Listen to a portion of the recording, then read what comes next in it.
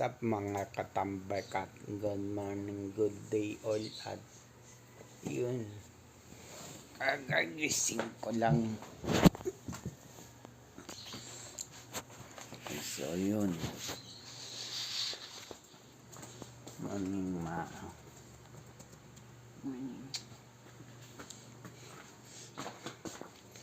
So yun mga katambay kat.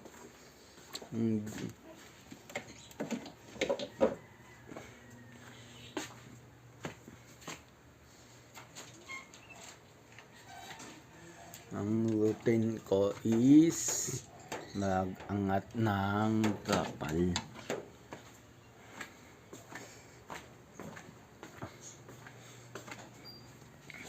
So yun mga katambay, ang pecha pala ay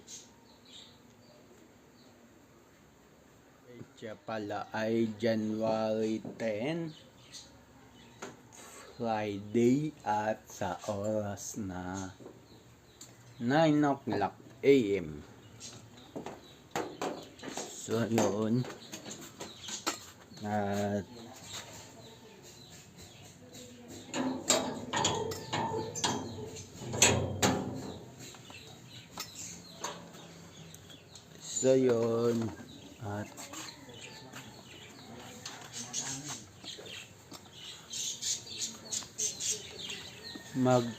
at mag-aangat na ako ng trapal. So yun.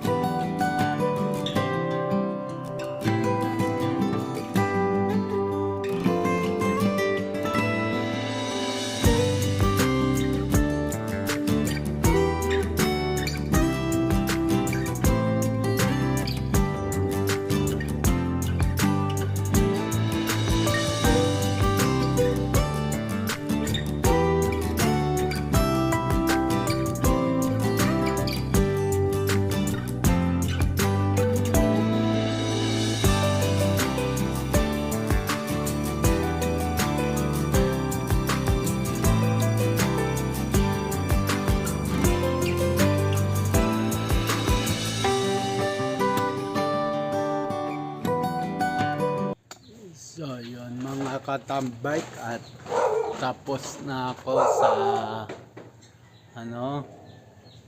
kay Bik. Ngayon i-check ko lang baterya ko.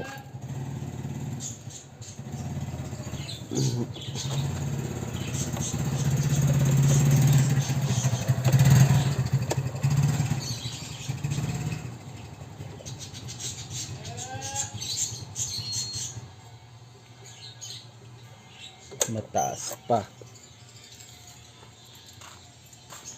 nasa 50.3 pa lang.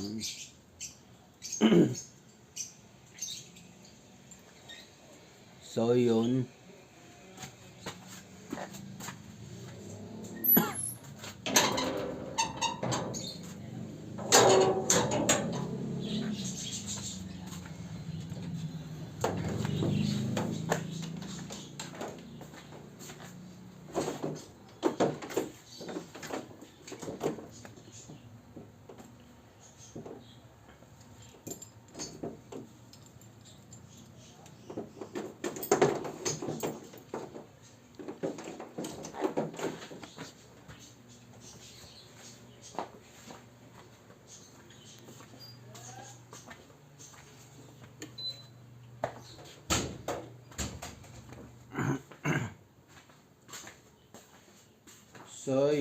bago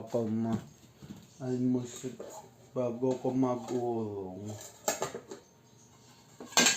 almusal muna ako. So yun,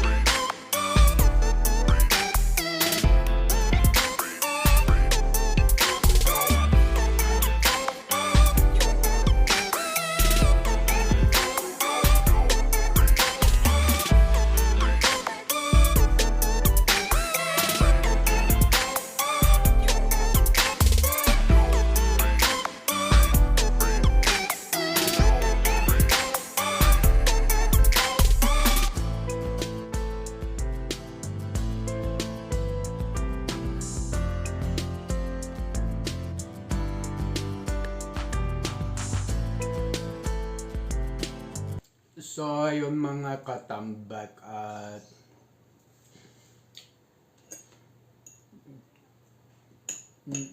menu sa video ko na nandito na ako sa mesa. Mas pinili ko na lang na i-mute. Yan.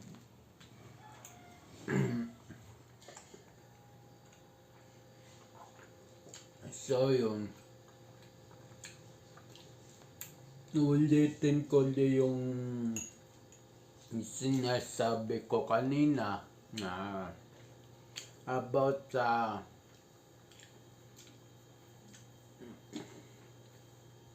may pangilan-ilan na ako na nakakalimutan tulad ng mahabang speech. Yan. Pero hindi naman totally lahat.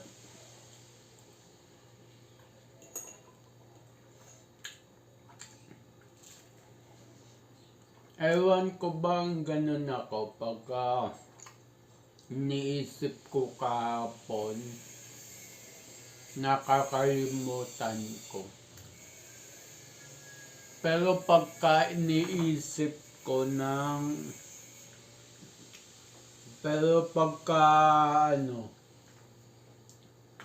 yun na, pagka naiisip ko yung kahapon, nakakalimutan ko. Pero yung mga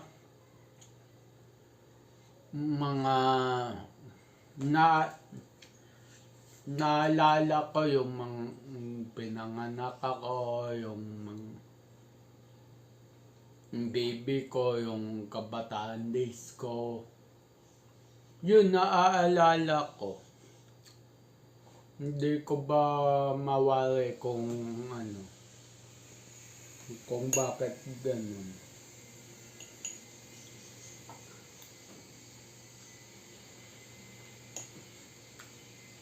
Sa mga nakakalam nga kung bakit ganun, pa-comment naman po kung anong tawag sa term na yun.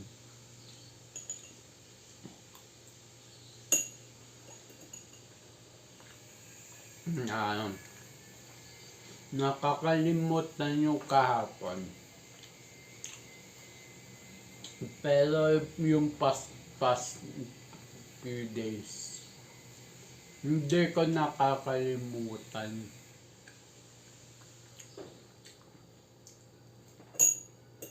Halimbawa, yung sinabi sa akin kahapon, nung isang araw, isang linggo, makakalimutan ko. Pero ang di ko nakakalimutan, so yun, ito na naman cellphone ko. Ito na naman cellphone ko, minto na naman mag-isa. Hindi ko alam kung bakit. Ang nakasalpak kasing memory dito is nasa nasa 2 gig lang. May pambili naman ako na memory card, pero hindi ako bumibili kasi nadala na ako sa huling bili ko ng memory card. Na-corrupt lahat yung mga vlogs ko doon. Nung pa yun nung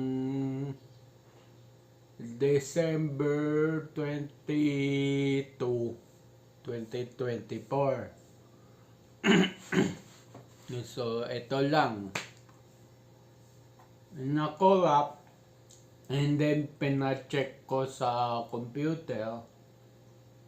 Sabi, wala na daw, sira na daw yung memory card ko, tinignan ko rin kung talagang sira kasi kahit papano may alam din ako dyan sa mga memory card.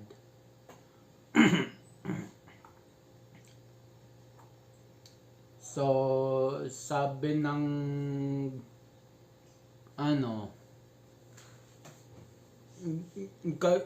ko na yon, dating ka-churchmate ko yon nung nasa kabilang church pa ako. Napatulong ako sa kanya. Sabi ko, pre, pa-help naman sa memory card ko. Di yun, tinignan niya.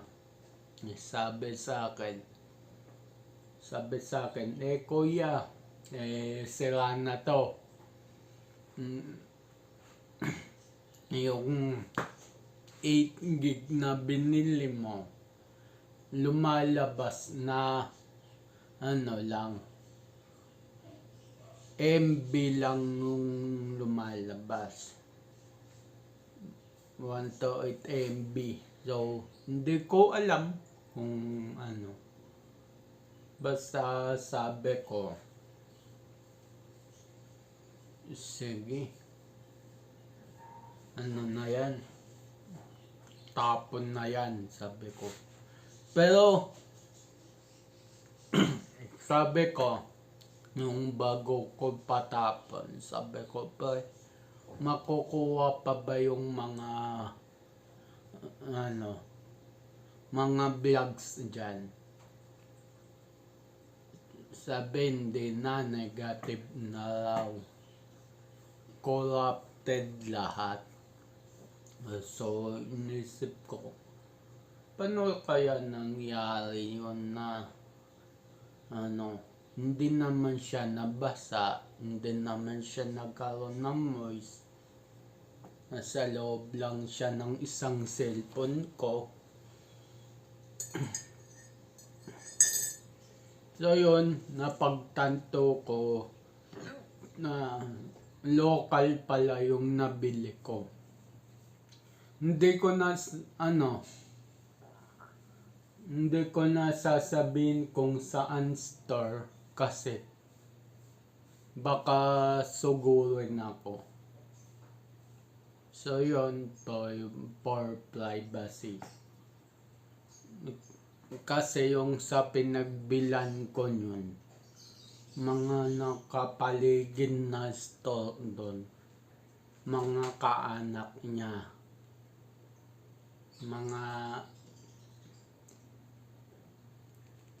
basta yun, madami sila doon, tabi-tabi, mga kamag-anak. So,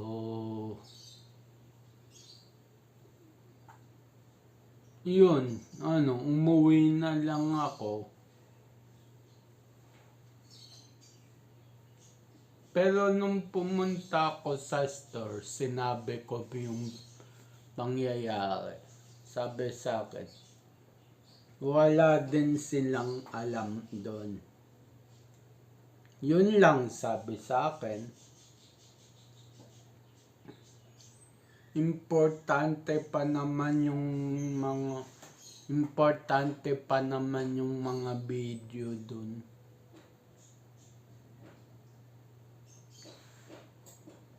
So, nanginayang talaga ako. Pero but anyway, hindi ko na, kahit manginayang ako, kahit mabad trip ako, hindi ko na mababalik yun.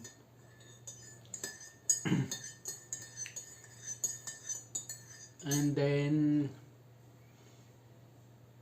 hindi ko muna pinapang-vlog yun, yung isang phone ko. Yung ito munang ginagamit ko, yung personal ko, yung Redmi Note 8 Pro 2020 edition. So, ito muna ginagamit ko, personal phone ko, pang vlog ko rin, pang edit ko rin. Kaya minsan, napupuno siya, umiinit siya.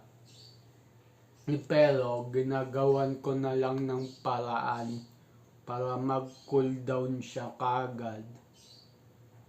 Yan, para lumaki yung storage niya.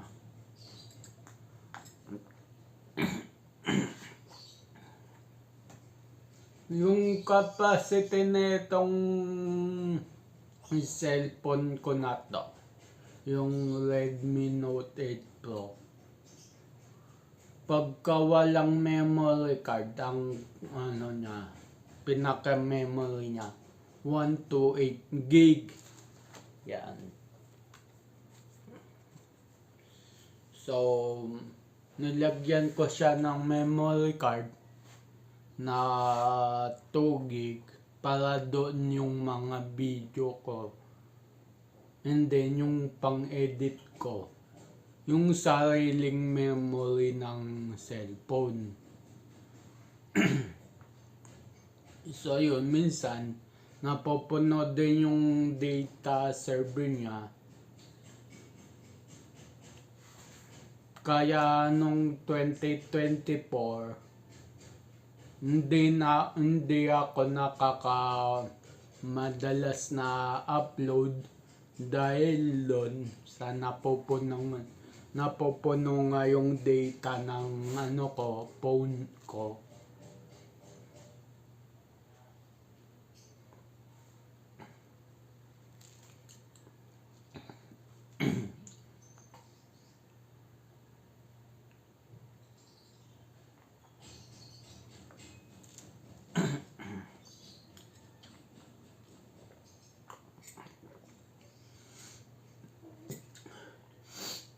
So yun, sa mga i-share ko lang bago maubos yung kape ko.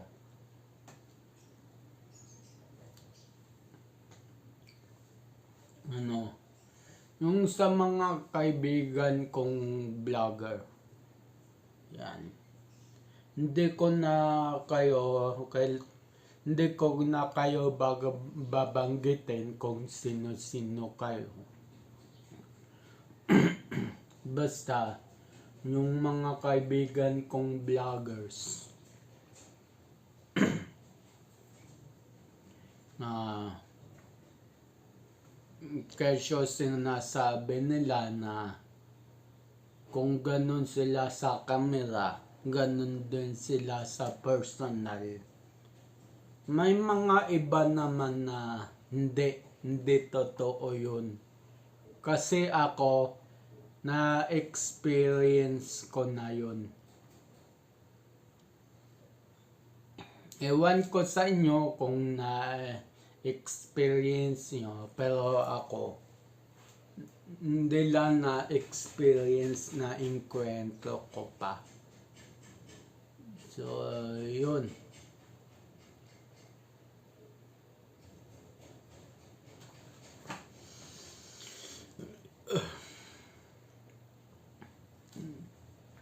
So yun, nag-uusap kami nung una, nag-chat kami nung una, and then nagre-reply naman siya nung tuwing nagla-live siya, lagi ako nakasupport. Nung napapansin ko hanggang lumalaki na yung views niya, kumikita na siya ng malaki, nagiging snob na. Chat ko, tinatawagan ko para mga musta, mi-hi, mi-ho, wala. Tapos, pag nagla-live siya, sinusupport ko, tinatanggal niya ako sa comment section. So, sabi ko, bakit? Doon ko napagtanto na hindi lahat ng vloggers ay kung ano sa camera, yun sa personal. Pagka off cam, ganun pa rin sila. Pagka on cam, mabait pa rin sila. Pagka off cam, nag-iiba na yung ugali. So, hindi ko nilalahat ng vloggers dito sa mundo. Pero yun ang experience ko. Partida, kaibigan ko pa. Gumanon. Paano kaya pagka hindi ko kaibigan, pagka kakilala ko lang. So yun. Ang mapapayo ko lang sa mga baguhan,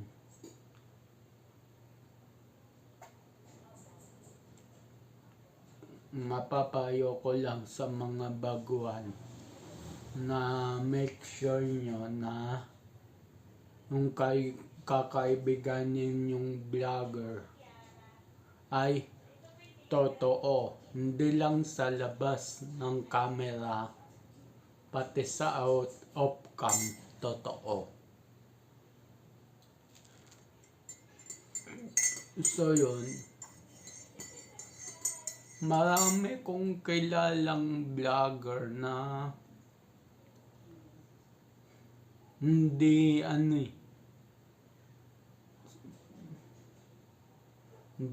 ba yun? Manloloko at sinungaling. Pati yung mga content creator sa Facebook, sa TikTok, sa Bigo Live, yan. Kaya nasabi kong Bigo Live kasi may Bigo Live ako. Nagla-live din ako.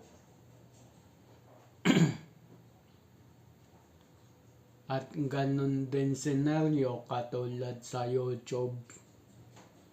Yan. Mga vlogger ng YouTube. Nararanasan ko rin sa hindi sa pangmamayabang. Marami kasi kong kaibigan ng mga influencer sa Bigo, sa TikTok, sa Facebook, sa YouTube.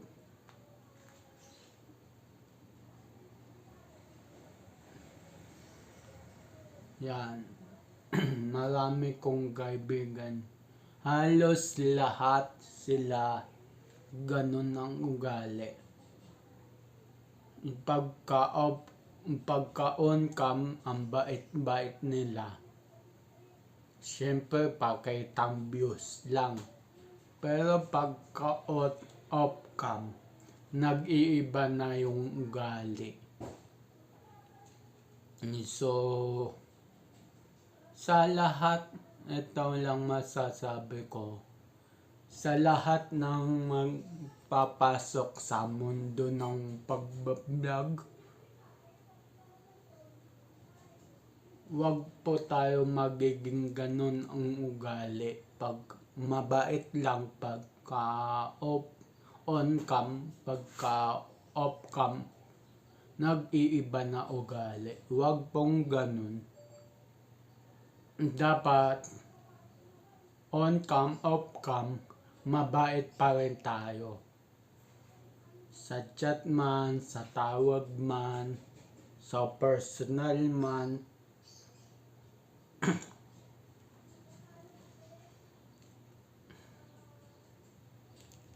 Yung mga ibang content creator na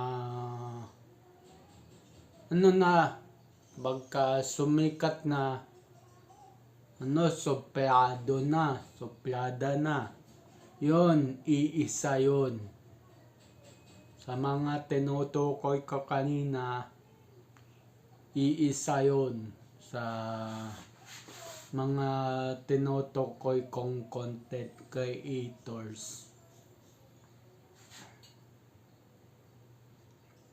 Sana wag kayong ganyan na off-cam nag-iba ugali nyo, off-cam nagiging suplada kayo. Dapat kung ano yung ugali nyo ng on-cam, yun dapat ang ugaliin nyo sa off-cam. Tsaka minsan may naka-enkwentro ko sa isang mall, namimili ko nun. May isang vlogger na tapos na siya mag-content. Nag-off cam na siya. So nagpa-picture yung tao sa kanya. Hindi niya pinansin. So yung babae tuloy, estudyante, natapon yung cellphone niya. Nagpaalam naman yung babae, dinig ko. And then, hindi siya pinapansin. Nakaganon na cellphone niya ng babae. Pero hindi pa niya inaangat kasi paalam mo na siya ano bang tawag doon sa term na yan? Yun, privacy. So, natapon cellphone niya. Siguro natapik ng vlogger o basta hindi siya hinintuan ng vlogger na yun. So, sabi ko, miss, pasensya ka na lang sa kapwang content creator ko na yun. Kasi, may mga ibang content creator na ganun ang ugali. Mabait sa on-cam. Masungit sa off-cam. So yun. Sabi ko na lang ganun. Pasensya na. Hindi ko na babanggitin kung sinong vlogger na yun or content creator na yun. Hindi ko na babanggitin kung sino.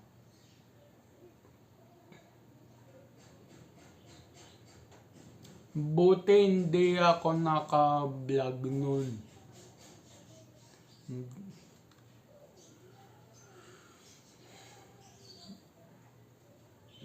Kakatapos ko rin mag-vlog nung that time na yun na nangyari yun. Kung nakunan nyo ng camera, sisikat yun content creator na yun. Buti, hindi ko hawak ang phone ko, nasa bag ko lang. Kaya, safe siya.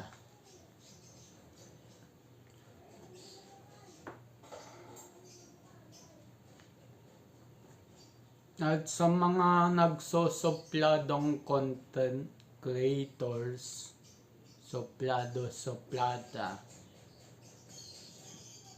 wag po kayong ganun. Lalo na pagka off-cam nyo na, wag po kayong ganun. Kasi nakakasakit kayo ng tao.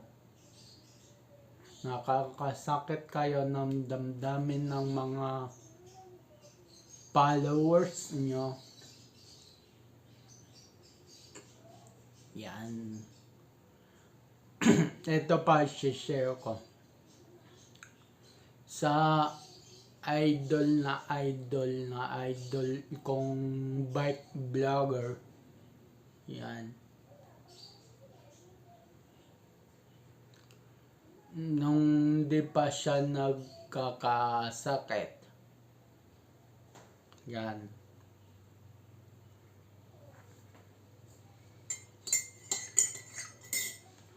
Nung hindi pa siya sumisikat, panay kausap niya sa akin.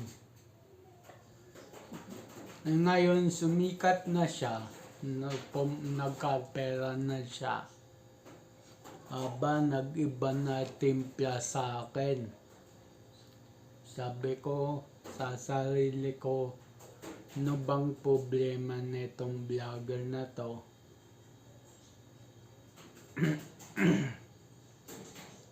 Nung nagkasakit siya ng malala,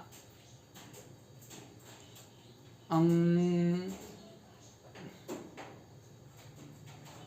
unang pumasok sa isipan ko, puntahan siya kung saan siya nakatira. So yun, pinuntahan ko. At ganun pa rin siya, nung may sakit pa rin siya, suplado pa rin siya.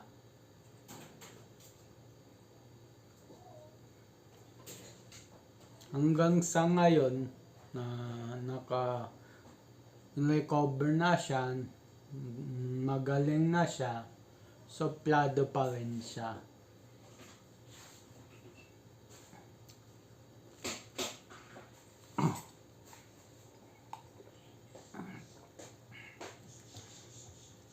So, yun.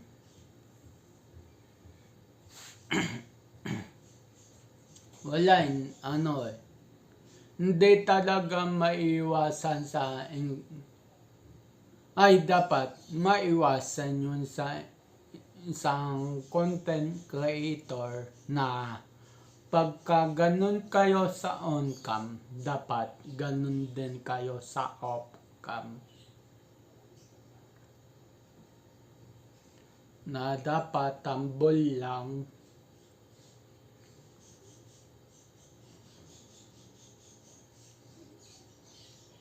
Kung ang idadahilan nyo kung bakit kayo ganyan, na kung minsan nagiging makulit na yung follower nyo, pwede naman pagsabihan, pero wag nyong sungitan. Pausapin yung malumanay. Maintindihan naman ng follower nyo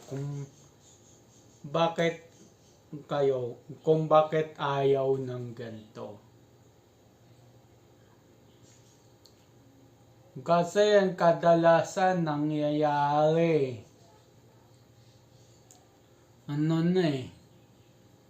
ito, halimbawa, ito si subscriber, si fan makulit. Tapos etong si vlogger, biglang sungit, biglang alis, bigla iba ng mode. So hindi dapat ganun.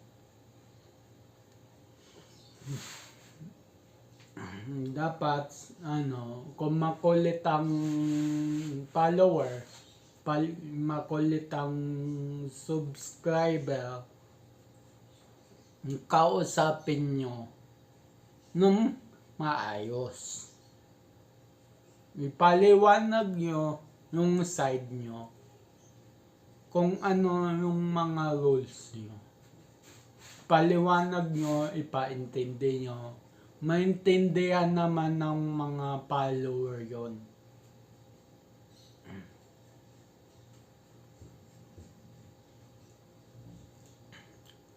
So yun, paubos na tong kape ko.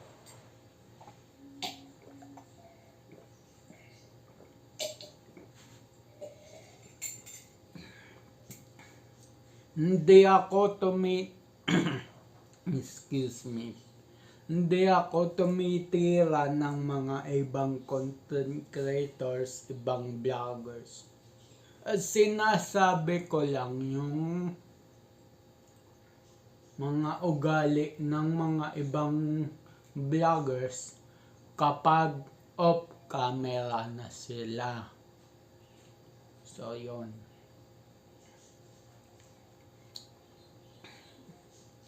Inaamin ko sa una, ganyan ako. Unang pasok ko sa mundo ng pagbablog. Ganyan din ako. Suplado ko. Yan. Pero nung napagtanto ko na hindi dapat, binago ko. Ito, sasabihin ko sa inyo, nung binago ko lahat, nung inalis ko lahat ng pagkasoplado ko, pagkamasungit ko, off cam man, gumanda yung pakikitungo sa akin ng tao. Nagkaroon ako ng mas maraming kaibigan pa. Content creators man or ordinary man. Marami ako naging kaibigan, supporters. Yan. Nung tinanggal ko na yon, yung pagkasoplado ko, pagkamasungit ko. So, yun. At dito na nga, ubos na ang kape ko, tapos na rin kinakain ko. And then,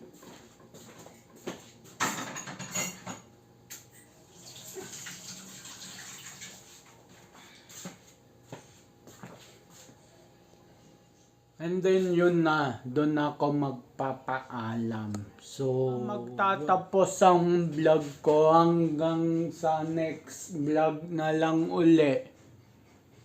Keep safe everyone. God bless and then bye-bye.